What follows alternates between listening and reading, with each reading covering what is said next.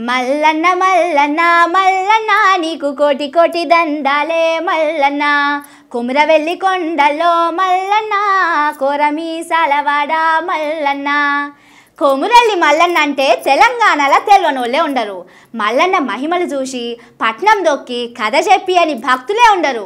అసొంటి కొమురల్లి మల్లన్నను కొలిసే భక్తులకు ఈ వార్త జగంత కోపం తెప్పిస్తుంది కావచ్చు. ఎందుకో మీరే చూడుర్రి. మల్లన్న పండుగ అంటే వారం రోజులు ఇంట్లో ఊళ్ళ ఢిల్లం బల్లం సప్పుడుతోటి జోరుగుంటది. పట్నాలు తొక్కుకుంటా పదం పాడుతుంటే ఏమన్నా జోరుంటదా?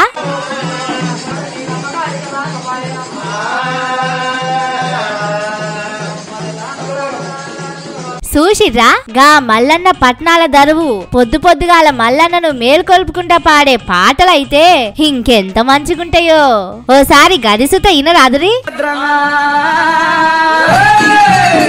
శివుని పుత్రుడవు రావయ్యో. ఇన్నరు కదా, సంక్రాంతి పండుగకెళ్ళి శివరాత్రి దాకా మల్లన్న స్వామికి పూజలు పట్నాలు ఉపాసాలు అంతా మల్లన్ననే నిండిపోయిందా అన్నట్టుంటది కొమురెల్లిలా. లక్షల మంది నమ్మకంగా గొలుసుకునే కొమురెల్లి మల్లన్న ప్రసాదం అధికారుల నిర్లక్ష్యం చేసుడుతోటి ఎన్నడూ జరగని తప్పు జరిగిపోయింది. దేవుని ప్రసాదం అని కళ్ళకద్దుకొని తినబోతే పులిహోరలా పురుగు కనిపించింది. ఇగో చూడుర్రి.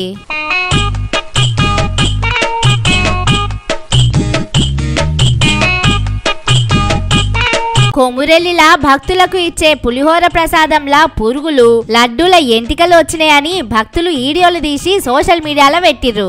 ఏందుల్లా ఇది? ఒక దిక్కు గురుకుల హాస్టళ్ల పిల్లగాండ్లకు పెట్టే బువ్వల కూరలల్లా పురుగులే వస్తున్నాయి. దావకాన్ల పేషెంట్లకు పెట్టే అన్నం కూరలల్ల సుతం పురుగులే దర్శనమిస్తున్నాయి.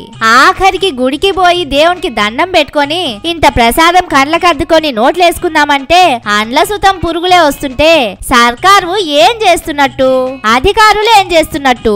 దీన్ని ఏమనాలే? పట్టి లేని పాలన అనాలనా? అసలు పట్టించుకుంటేనే లేరు అనుకోవాలనా అని అడుగుతున్నారు మల్లన్న భక్తులు.